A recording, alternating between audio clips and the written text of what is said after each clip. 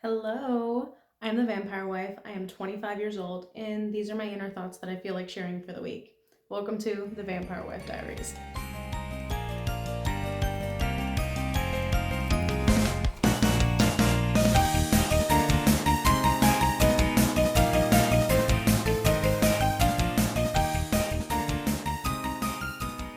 Okay, welcome back, team. Okay, so a new series we're doing Vampire Wife Diaries. Love you. I want to do it now so that I can talk about whatever I want to talk about because I have thoughts and feelings that I like sharing. I actually wrote down my thoughts this week, so I don't have a lot of what else? What else is there? Okay, so I know where I'm starting. Ooh, finger. Ooh, nope, we're getting to that later. Oh my god, I literally make a system for me to use and then I don't use it. I'm an idiot.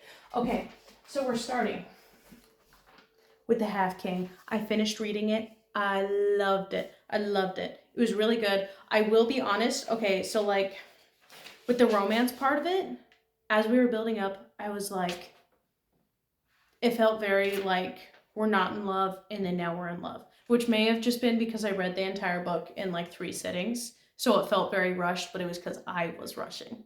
But I really, really loved and enjoyed it. But now I'm in the dilemma again. Also, cannot suggest it enough. It's like on super sale at Walmart right now. I think my husband got it for like $4. Highly suggest.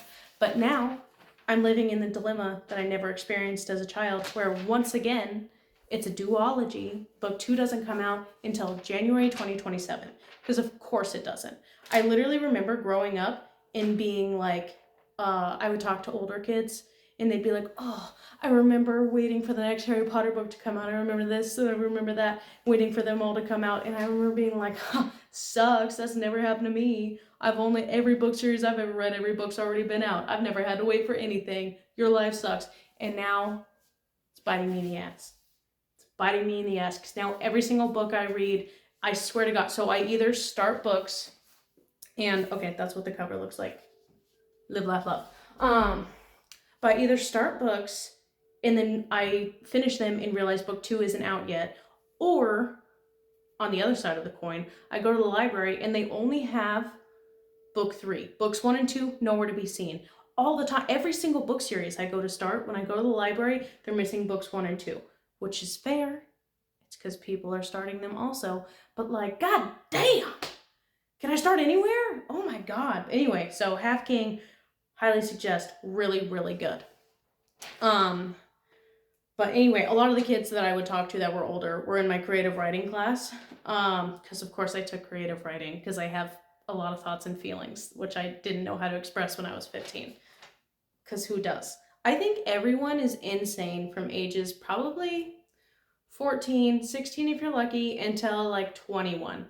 I don't think anyone should be, well, if you commit crime, you should be held liable. But like any kind of off the hook, crazy stuff you say in those ages should just be written off. I remember reacting to things so strongly, like emotionally at those ages, and feeling like I was possessed by a demon, which also was partially related to I was raised in practically a cult.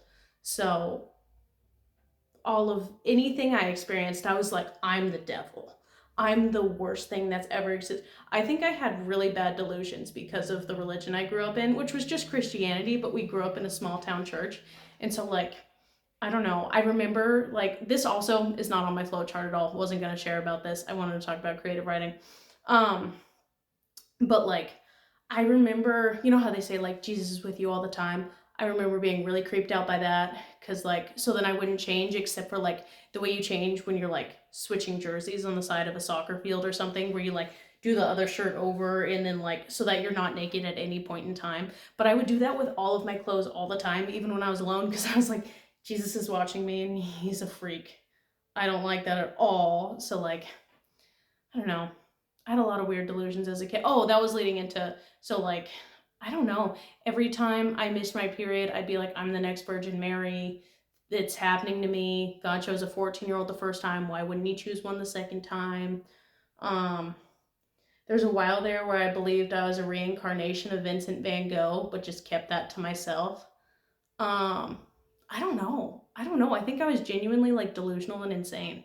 as a teenager. But all that to say is I think those ages you have way too many hormones and you're just kind of insane.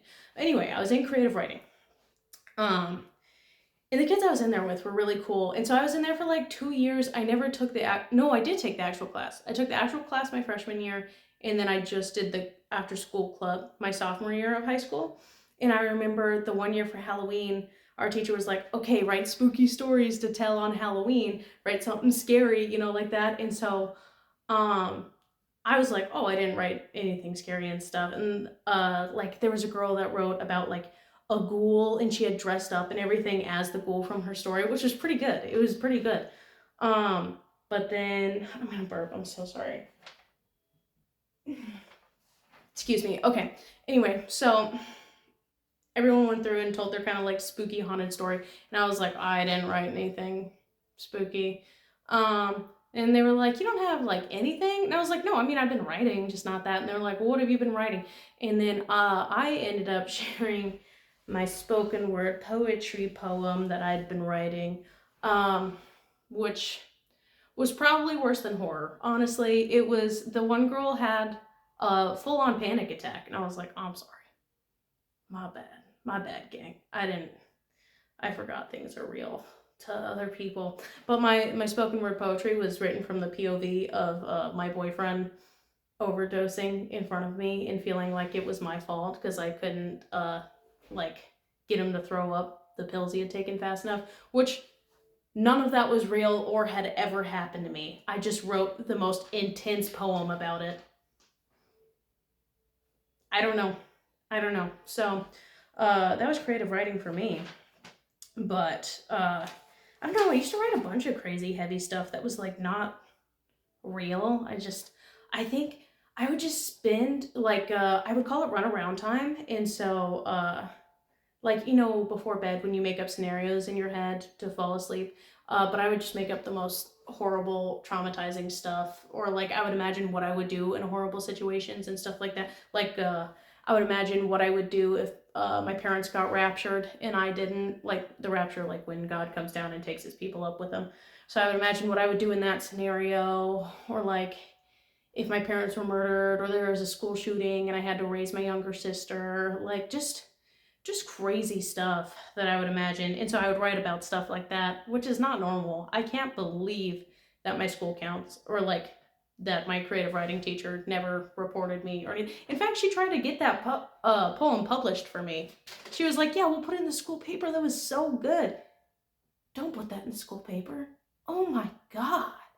Oh my God. I literally read it out loud, and the one girl from my class was like, has anyone seen my boyfriend's name? And I was like, oh, he's fine. It's not about him. I'm just writing for the hell of it. Hey, girl, what? Girl, what? So anyway, I used to write about really heavy topics. And so that's how I'm going to segue into what I'm currently reading. I did end up starting The Handmaid's Tale, which is incredibly heavy. It's good. It's good. And it is pretty similar to the show, honestly. I'm like a third of the way in. I think I'm 100 something pages in. It's only like a 310 page book. But like I do have to lock in because, okay, I have a complaint about older books. Why does it look like I'm missing? Oh, it's because it's like nude. I thought I was missing a nail. I was like, what is going on? Okay, anyway, I have a complaint about older books. And it's not like a real complaint. It's like just what makes it hard for me to read is that a lot of the dialogue is in their head, or it's like if it's not a direct quote, they don't put quotations around it. Which it's like, I'm not going to fact check what your fake character said to each other. Put your words in quotation marks. So I really struggle with the dialogue in older books. I tried to start 2 other ones that were like really short novellas. But I couldn't get into them because it was like that. It was a lot of dialogue, but none of it was in quotations. So I don't know, it throws me off. I can't like get into the rhythm of reading it. And so this one I thought was doing that, but it turns out a lot of the monologue is just in her head because she's expected to not speak. Also a lot of the monologue is in her head because she's going through like memories she had before Gilead, which is what The Handmaid's Tale's like new country is based in. But yeah, so that's really heavy. So like I can't read it before bed anymore. I was reading it before bed, then I had a nightmare, and then also just like yeah, it's just so heavy. I couldn't like put it together for a minute. I like sighed and I put the book down. It's like, God, I just usually I read for fun. Like this sucks. And it doesn't suck because it's a bad book. It just sucks because it's like this is supposed to be a hobby, not like I don't know, especially with everything that's going on in America. Like Serena Joy, which is one of the if you've read it, she's one of the characters in it, very Erica Kirk coded. And I just am like, oh boy. Okay. Okay, all right. Okay, sick. Yeah, so that's what I'm reading right now is A Handmaid's Tale. And so, like I was saying, I usually read lighter stuff. And I remember the one time when I donated plasma a couple years ago when I was in nail school because I was trying to get money to start up a nail business. And so I ended up going, you go for like 8 sessions in 4 weeks, I believe. So you go twice a week and they take your blood out, take the plasma out of it, put your blood back in. And then I got like $850 in the month. So it was enough for me to start the nail business. But most people there, it takes like anywhere from like 1 to 3 hours plus whatever you waited in line. So like, I think the first time I was there for like 5 hours. It was a real hot minute, which isn't their fault. You can only pump plasma out so fast, like you don't want to suck everybody's blood out rapid style. But I was waiting in line, and most people bring books because it's a long wait, and then you like read your book while you're sitting in the chair. And there was a guy in front of me, and so at the time I was reading. That was when I first read When the Moon Hatched, but then also I was reading the Twilight series. And so there's a guy in front of me, and he was like, "Oh, what are you reading?" And I was like, "Oh, it's New Moon," because I was on the second book, the second Twilight book, and he was like, "Oh, that's nice." Usually when I read, I try to read more serious books, like things that could teach me something or help improve myself. So I don't really dabble in silly books. Also, throw this in, I did not start speaking to this man. I was just standing in line reading my silly little book. So then I was like, well, I spend a lot of time learning things outside of my life. This is my leisure time, so I like to read things that are fun. I don't have to be working on myself all the time because I'm not a horrible person. And he just kind of went like, why are you bothering me? Let me read my shitty book in public. Oh my God. Like, I'm not bothering you about your like Andrew Tate ass book. Just read your book and go about it. I don't know. Did your book tell you to have that conversation with me? Leave me alone.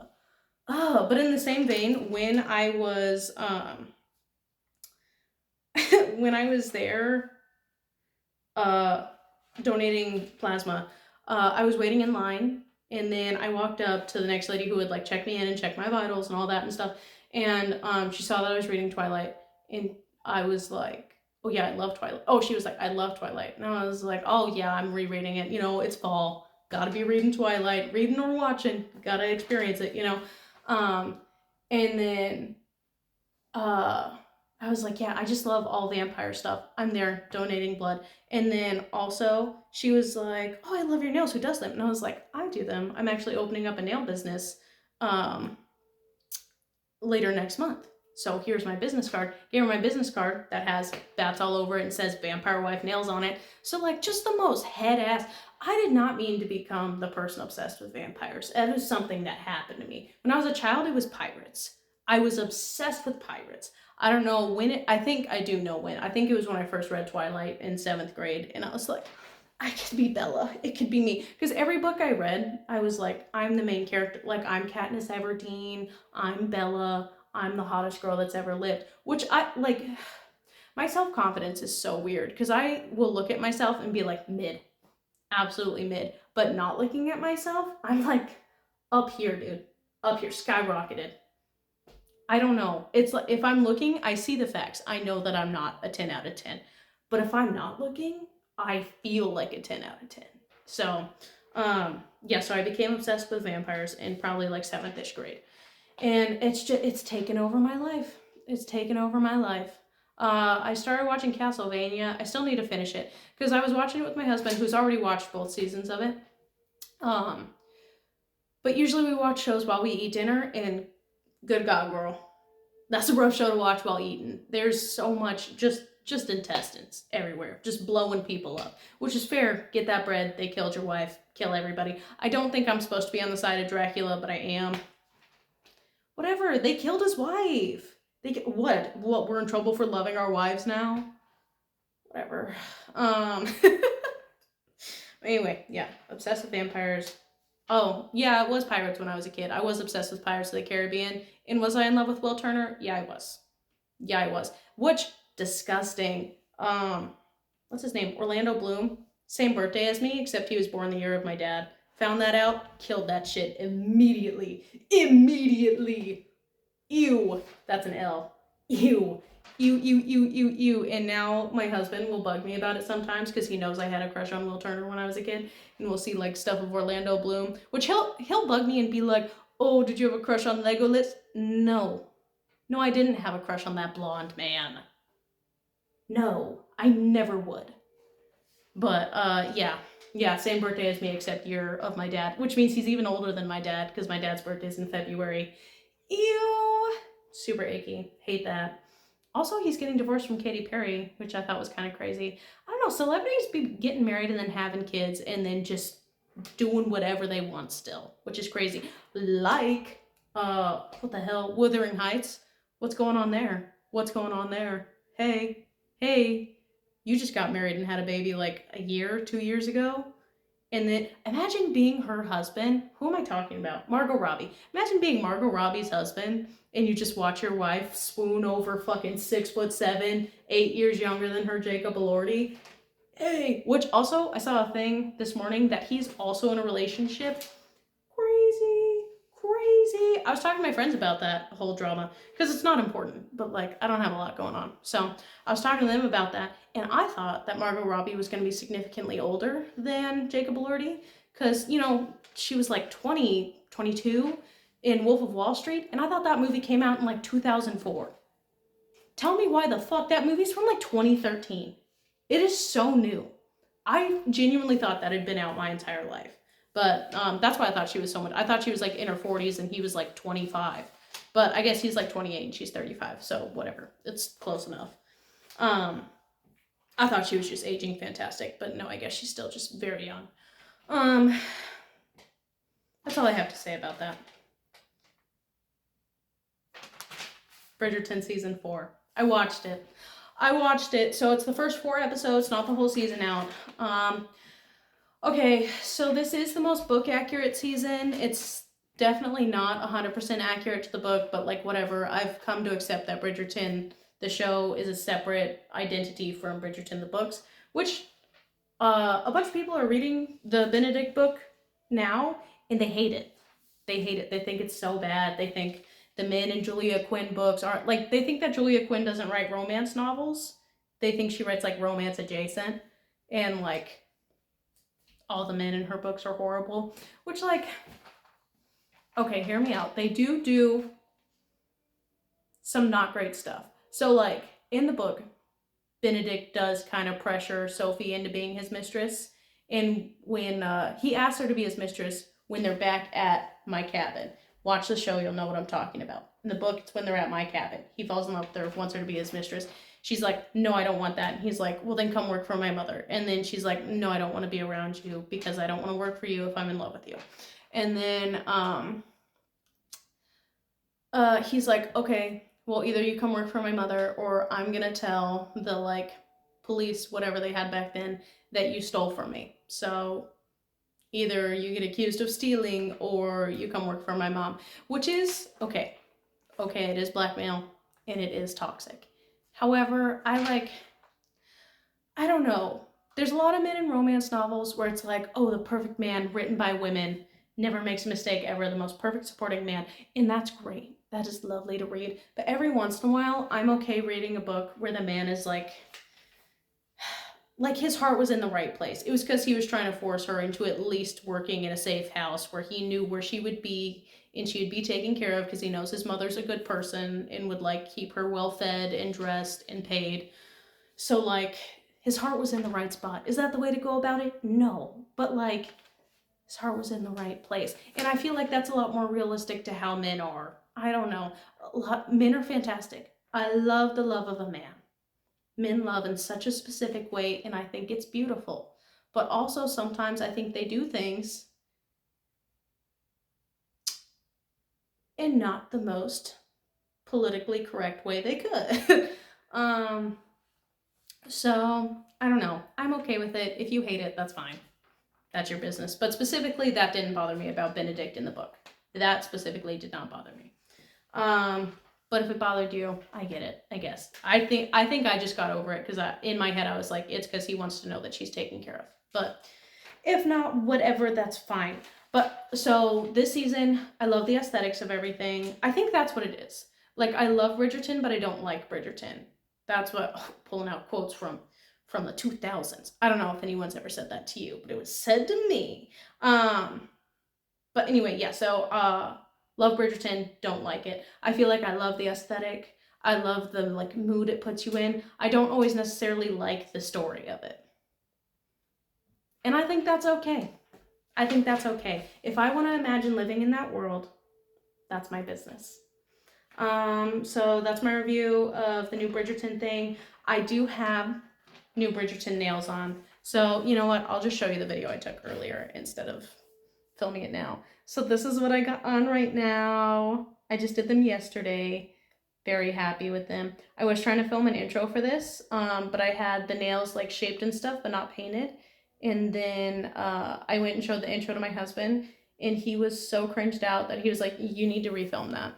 You cannot be filming your actual intro with naked nails. That's like, it's not even that I didn't have nails on, it's that I had clear nails on and you could just see my natural nail through them. And it was just, he was like, you can't do that. It looks bad.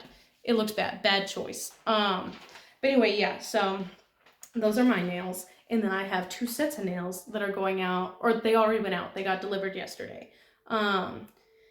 And so, those are both to Washington. So we're another state down for nails across the US. So we're at 7 out of 50.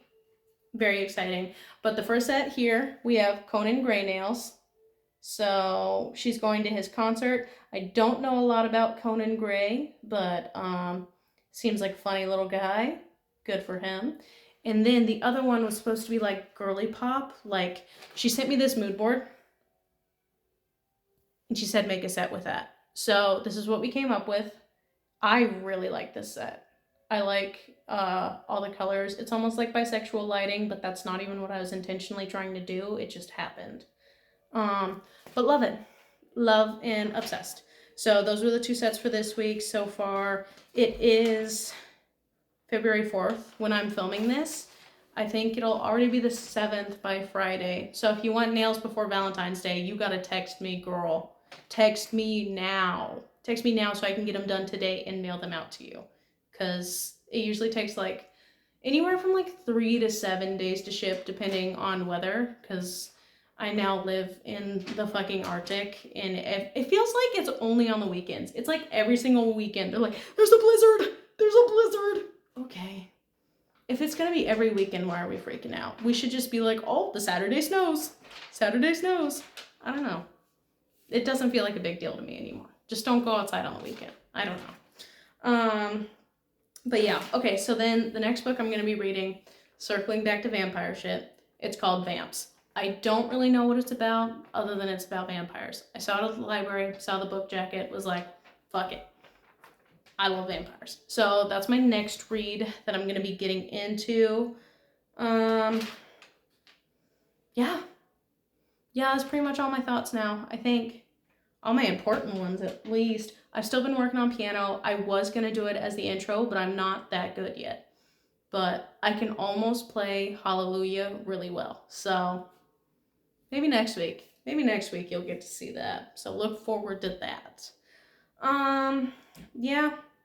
I don't know if you have any other book recommendations. I need something lighter than what I've been reading. I like books about monsters and kissing, but not crazy kissing. Okay, be so for real with me. If you liked ACOTAR, I love that for you. I don't want to fucking read that. I don't want to read it. I don't want to read ACOTAR. I don't want to read fucking, what is it called? The second one is Onyx Storm. The dragon one. The Dragon Training School. Anything where it's like, I want them to fall in love. In love. I want them to have one partner the whole time and fall in love. You're talking to me. You're talking to me who's been with my husband since I was 14 years old and never broke up. We broke up one time for a day. Okay? I don't want to read like, but maybe him. Oh, but maybe him. Oh, but what if both at the same time? No. That's your journey. That's your journey, and I'm happy for you. Don't share that with me. Don't share that with me. Anyway, so if you have a good romance or a monster book, you know what I'm really in the mood for? So when I was a kid, I also used to be obsessed with the Spiderwick Chronicles, which is like, they're really small chapter books if you're an adult. When I was a kid, I was like, my brain is growing. But that was a super sick little series. And so I'm in the mood for that, but like I need an adult version, or even if it's a children's version. When I went to the library this last time, I went with my new friend from Michigan, and we spent like 3.5 hours in that library. I came out with like 11 books. So I have a lot to go through. One of the ones I got was the first Harry Potter book, because I have read that series, but I read it in 5th grade. Also, I only read the first half of book 5, and I said, fuck Dolores Umbridge, and I just started book 6. I was like, nothing that's happening in this is important to me. It's making me mad, and this is my fun leisure time, because I know how to draw a boundary. You're not going to make me mad in my house with my eyes that I have to forcibly read this. Wrong. Like the people that get online bullied, that sucks really bad. If you try to online bully me, I'm turning that shit off. And if it's on my page, I'm deleting it. What do you mean? What do you mean you're going to comment mean shit on my page and I'm just going to leave it there? What do I have, a shaming kink? Wrong. What is wrong with you? So that's how I feel about books too. If you're a bad book, I don't know. I'm not going to sit there and finish it just to complete the whole entire series. I'm going to the next book. But yeah, so I'm going to start reading Harry Potter probably after Vamps, because God willing, I need to research books before I start them more. I see something, I read the first paragraph of the like about section, and then that decides whether or not I'm going to read it. And it's because I don't want to spend 14,000 years picking out books at the library. But also that's why I pick out so many at the same time, is because like, what if I start it and I hate it? Then I need backups. So that's why I got 11 books. Which 3 of them are how to learn Italian. So nobody's been telling me about their language learning apps. Had to take it in my own hands. So I got 3 books, so hopefully that helps me start getting back into it. Anyway, I hope Vamps is only a 1 series book. I hope it's not like a series of books. I need books to go back to having what number book they are on the spine.